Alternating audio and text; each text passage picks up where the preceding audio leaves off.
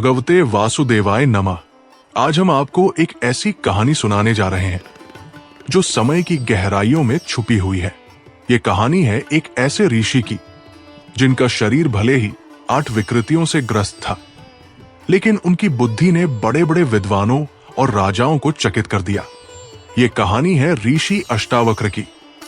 एक ऐसा लड़का जिसने अपनी बुद्धि और ज्ञान से राजा जनक के दरबार को हिलाकर रख दिया। तो सुनिए एक ऐसी कथा जो आपको अंत तक बांध कर रखेगी। मिथिला के राज्य में जहां राजा जनक राज करते थे, उनके दरबार को विद्वानों और वाद विवादों के लिए जाना जाता था। उसी समय एक छोटे से गांव में ऋषि कहोड़ और उनकी पत्नी सुजाता के घर एक बालक का जन्म हुआ। इस बच्चे का नाम रखा गया अष्टावक्र। अष्टावक्र कोई साधारण बालक नहीं थे। अपनी मां के गर्भ में रहते हुए ही उन्होंने वेदों का ज्ञान अर्जित कर लिया था। लेकिन उनके पिता कहोड़, जो खुद एक विद्वान थे, जब वेदों का पाठ करते थे तो गलती करते। गर्भ में ही अष्टावक्र ने उनकी गलती सुधार दी। कहोड़ को अपने अजन्मे पुत्र की ये बात सहन नहीं हुई। क्रोध में आकर उन्होंने उसे शाप दिया, तू 8 विकृतियों के साथ पैदा होगा। और ऐसा ही हुआ। जब अष्टावक्र का जन्म हुआ, उनका शरीर टेढ़ा मेढ़ा था। उनकी टांगे, बाजू और रीढ़ की हड्डी असामान्य थी। गांव वाले उन्हें शापित कहकर उपहास करते, लेकिन उनकी मां सुजाता जानती थी कि उनका पुत्र एक दिन महान बनेगा। समय बीता और कहोड़ मिथिला के राजा जनक के दरबार में वाद विवाद करने गए। वहां वे एक विद्वान बंदी से हार गए और दास बन गए। ये सुनकर अष्टावक्र के बचपन का सफर चुनौतियों और संघर्षों से भर गया। जब अष्टावक्र ने अपने पिता की पराजय और दासता के बारे में सुना तो उन्होंने ठान लिया। उन्होंने अपनी मां से कहा, मैं राजा जनक के दरबार में जाऊंगा, बंदी को हराऊंगा और पिताजी को मुक्त करूंगा। सुजाता घबरा गई। उन्होंने कहा, तू अभी बच्चा है, वहां विद्वान तुझे गंभीरता से नहीं लेंगे। लेकिन अष्टावक्र अडिग थे। उनका शरीर भले ही विकृत था, लेकिन उनका मन और इरादा अटल था। गांव के लोग उनका मजाक उड़ाते, लेकिन उन्होंने किसी की परवाह नहीं की। उनकी आंखों में बस एक ही लक्ष्य था, अपने पिता की मुक्ति। मिथिला पहुंचने का रास्ता कठिन था।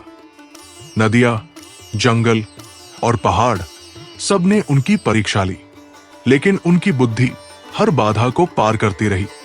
जब वे मिथिला पहुंचे तो गेट पर खड़े पहरेदारों ने उनका मजाक उड़ाया। बोले, एक विकृत लड़का राजा जनक से मिलने की बात करता है।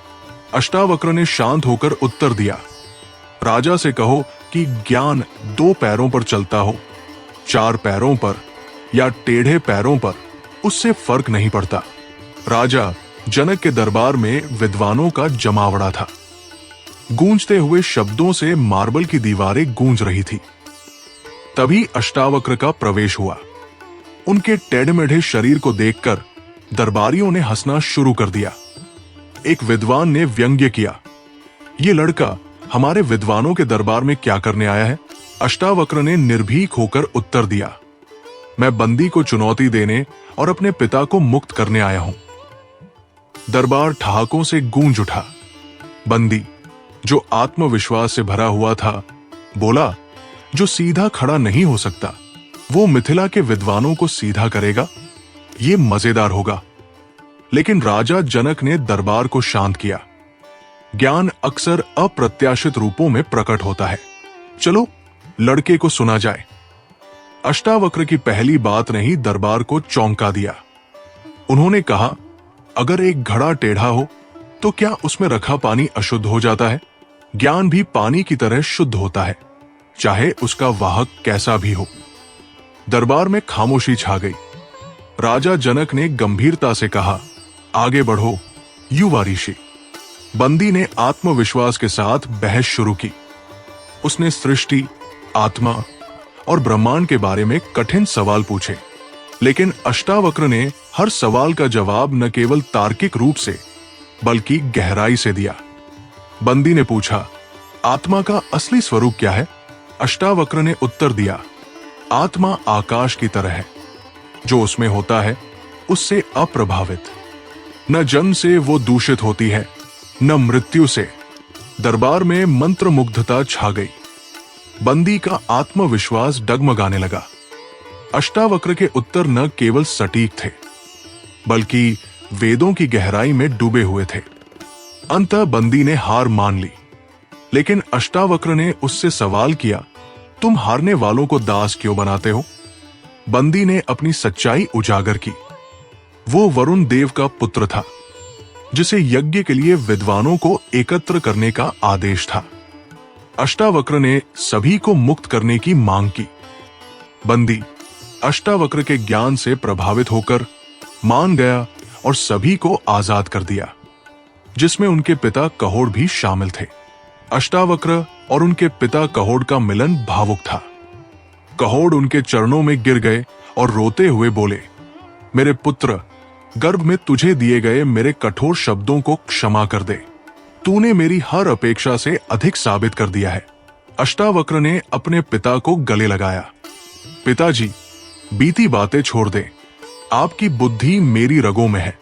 राजा जनक, जो अष्टावक्र के ज्ञान से गहरे प्रभावित थे, उन्हें मिथिला में रहने का न्योता दिया। आपका ज्ञान अतुलनीय है, हमें और सिखाएं। अष्टावक्र ने शर्त रखी, ज्ञान केवल कुछ विशेष लोगों तक सीमित नहीं होना चाहिए। इसे हर उस व्यक्ति तक पहुंचाया जाए जो इसे पाना चाहता है। दरबार ने उनकी बात मानी और अष्टावक्र मिथिला के एक पूजनीय ऋषि बन गए। वर्षों बाद अष्टावक्र ने अष्टावक्र गीता की रचना की। ये एक गहन दार्शनिक ग्रंथ है, जो आज भी सत्य के खोजकर्ताओं को प्रेरित करता है। उनकी शिक्षा ने यह सिखाया कि आत्मा शरीर, मन और भावनाओं से परे है। सच्ची मुक्ति इसे पहचानने में है। राजा जनक उनके प्रिय शिष्य बने और उनके मार्गदर्शन में मिथिला आत्मज्ञान का केंद्र बन गया। ऋषि अष्टावक्र की कहानी हमें सिखाती है कि सच्चा ज्ञान शारीरिक रूप या सामाजिक मान्यताओं से परे होता है। उनकी यात्रा ये साबित करती है कि हमारा सार हमारे चरित्र की गहराई और आत्मा की पवित्रता में है।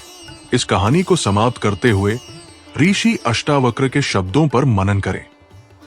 तुम शाश्वत साक्षी हो, अपरिवर्तनीय तत्व, इसे जानो और मुक्त हो जाओ। ओम भगवते वासुदेवाय नमः। ऐसे और वीडियो देखने के लिए और भारतीय संस्कृति की महानता को पुनर्जीवित और फैलाने में हमारी मदद करने के लिए कृपया लाइक, शेयर और सब्सक्राइब करना न भूलें।